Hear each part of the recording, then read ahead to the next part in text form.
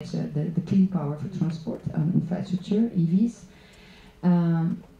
My impression, it was working quite well, because everybody gave me the impression that they knew what was expected from them. The parliament had really to bring something political level, regional level, and whatever, and be realistic on what could be possible or not.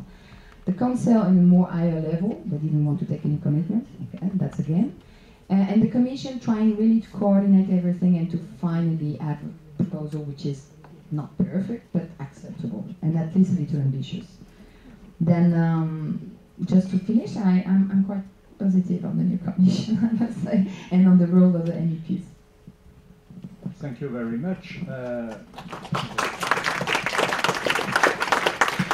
If I may comment on one point, what you just said on trilogues is generally shared by many colleagues.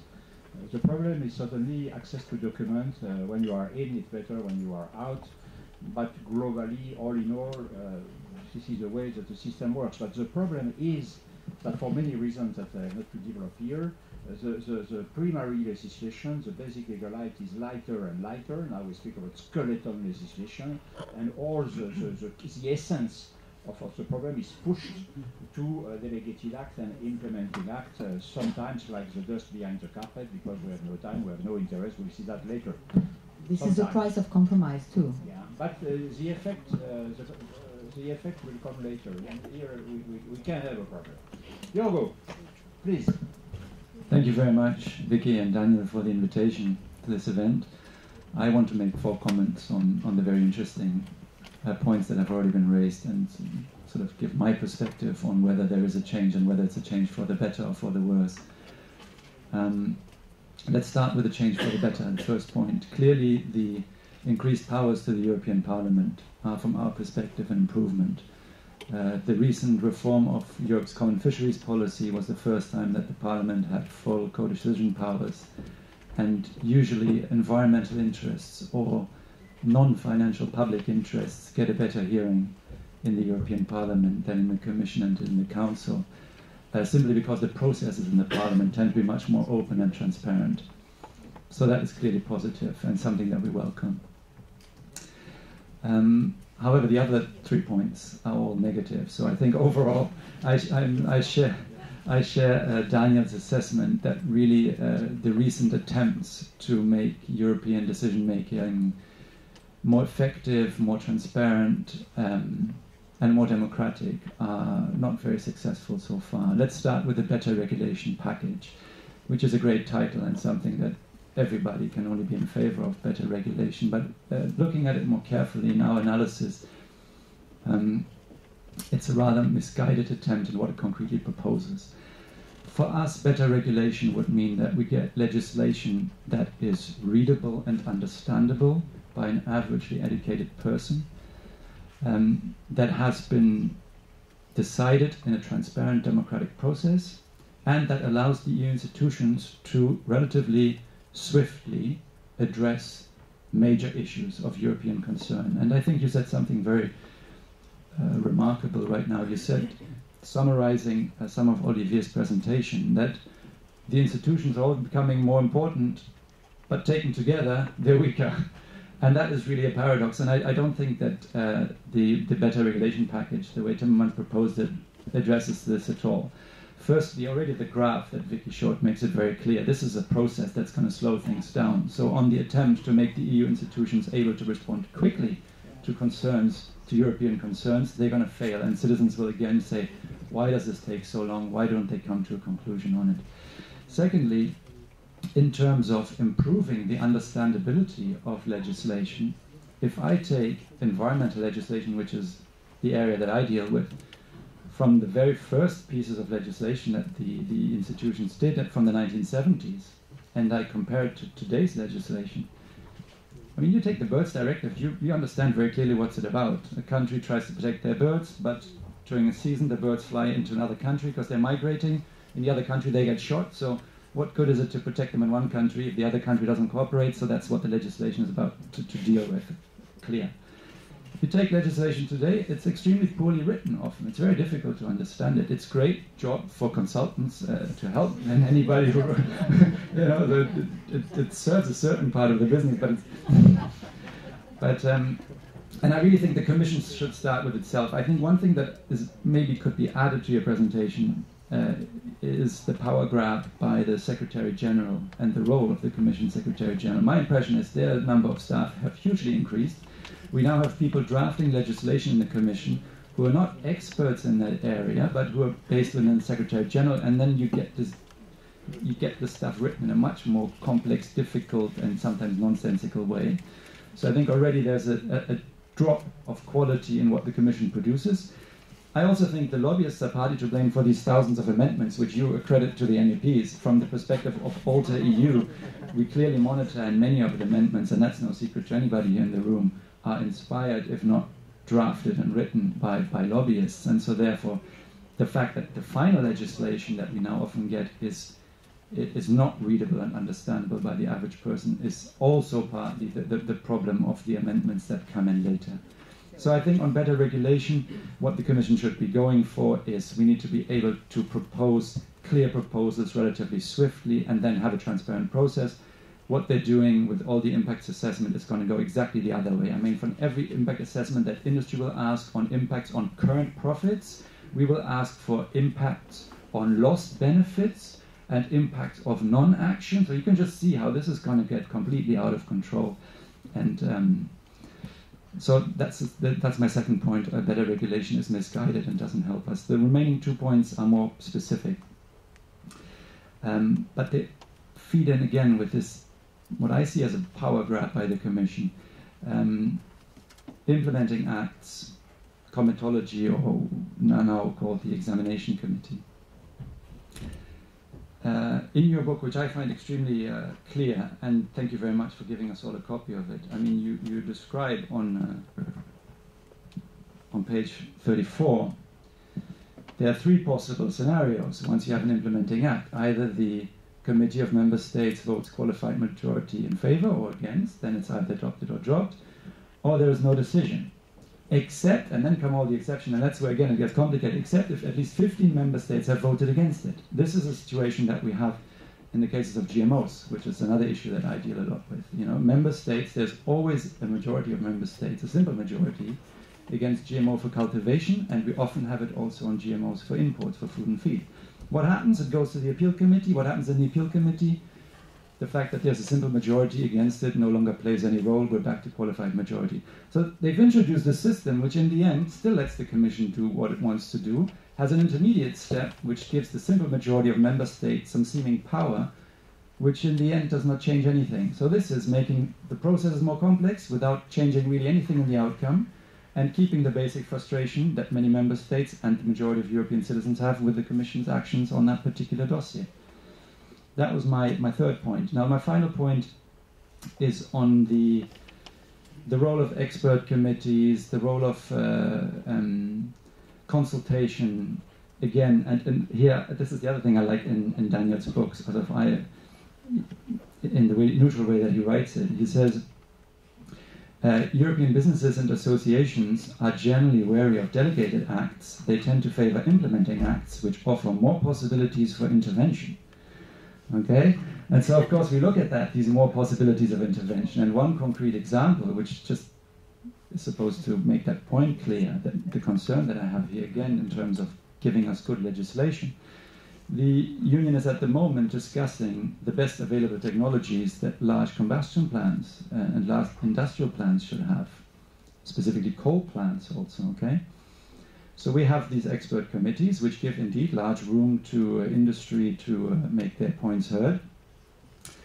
The process has representatives from member states, from civil society and from the industry. And we've looked at the member states delegations. And within the member states delegations we found that in some cases 50% of the member state experts were actually industry staff. In some cases it was 100%. The result is right now we have a proposal on the table that the best available technology for coal plants in Europe is lower than the current standards in China, Japan or the United States. I mean, Once that gets finally adopted, and if it gets adopted like this, that's a scandal that, again, will fully discredit what the EU is doing in the eyes of the European public. I mean, no citizen is going to understand why the standards for coal plants, with all the, not only climate effects, but health effects that they also have, is lower than in China.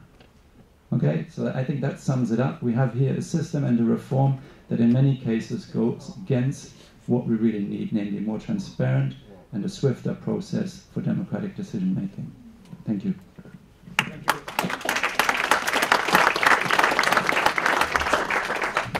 Thank you very much. Just two comments. So the first one, expert groups. This is an incredible word. This means nothing. What do we speak when we speak about an expert group? Which type of expert group? In the drafting phase, an advisory group, in the execution phase, in the adoption phase. And it's absolutely fundamental, I believe, to have, there is a question of terminology. The word expert group is totally misleading, and you never know in which game you play and what is the expert group, what is the composition of the expert group, and it will be absolutely urgently necessary to have a terminology effort in order to make everything clear. My second remark, I go back to what you said, Professor Costa, and you said, you spoke about democracy. I mean, I should like to emphasize what you said, Professor Costa, saying, well, the Parliament can make mistakes, the Parliament can be wrong. And I think this is a very important remark. You know, we have to be Democrats. When I see that bureaucrats can impose impact assessments on amendments presented by elected people in the Parliament, this is, for me, as a citizen, extraordinarily shocking. Okay, the Parliament can make mistakes, but they will not be re-elected, possibly, when it will be another election.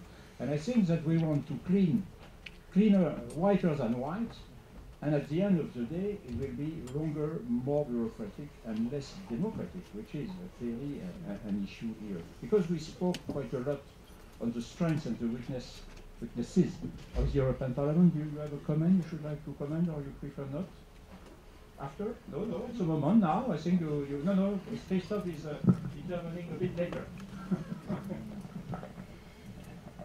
For me, it's a strange position because I was a member of the European Parliament. Now I am on the side of the Commission, so I see the other view on what happens. I'm afraid of what happens because I think every institution is working for more strength, but the game is weaker. First, the states are very concerned and too much concerned of their objectives and their interests. And the game is more national. And I think we will pay, the European Parliament will pay the fact that during the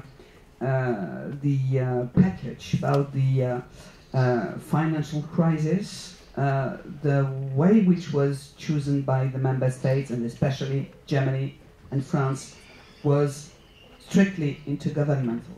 We will see in 2017 what happens with these texts if this treaty, intergovernmental treaty, is coming in the European law. I'm anxious about the fact that in the discussion, one thing was not so much taken in consideration. It is the budget power of the European Parliament. And I regret strongly that the European Parliament couldn't take all the power that is also on the financial perspectives, because the program is different when you have the power to decide what you are doing in the future. So this is very linked to the initiative power of the European Parliament. Second, on the semester.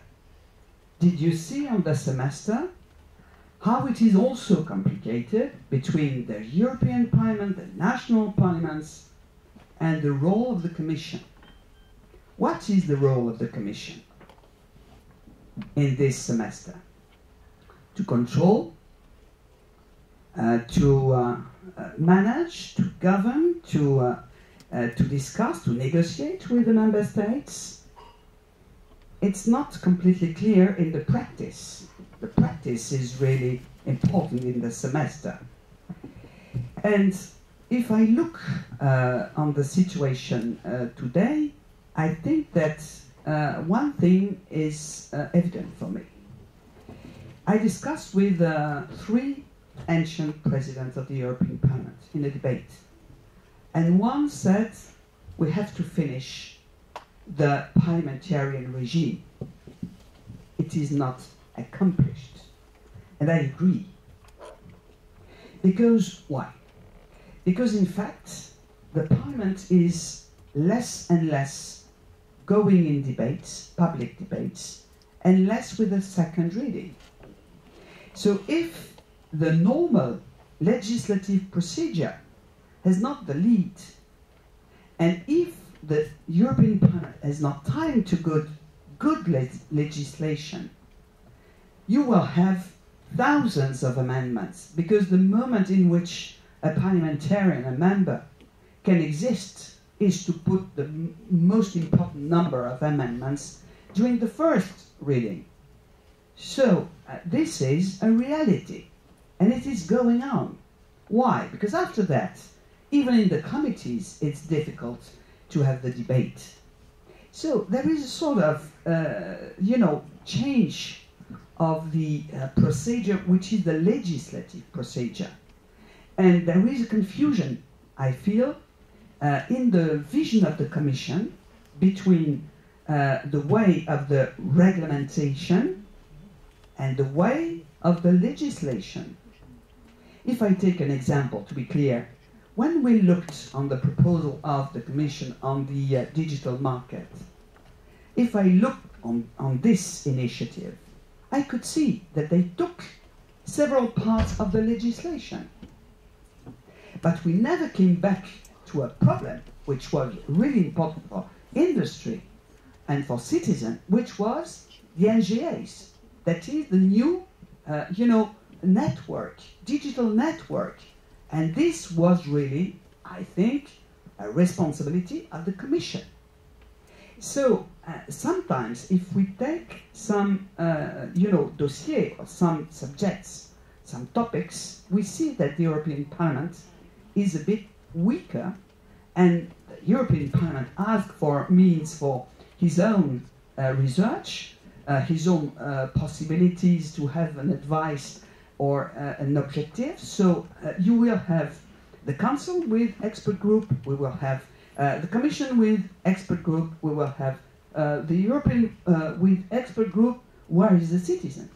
The citizen has the right to make petitions. But this is not the way to find the trust of the citizen, I think. So we will have progress in transparency, perhaps. I saw a colleague, a past colleague, who said to me, look, with the delegate acts, we are more efficient. It is just what Professor Costa said. And I said, do you think that we, the citizen, can understand? No.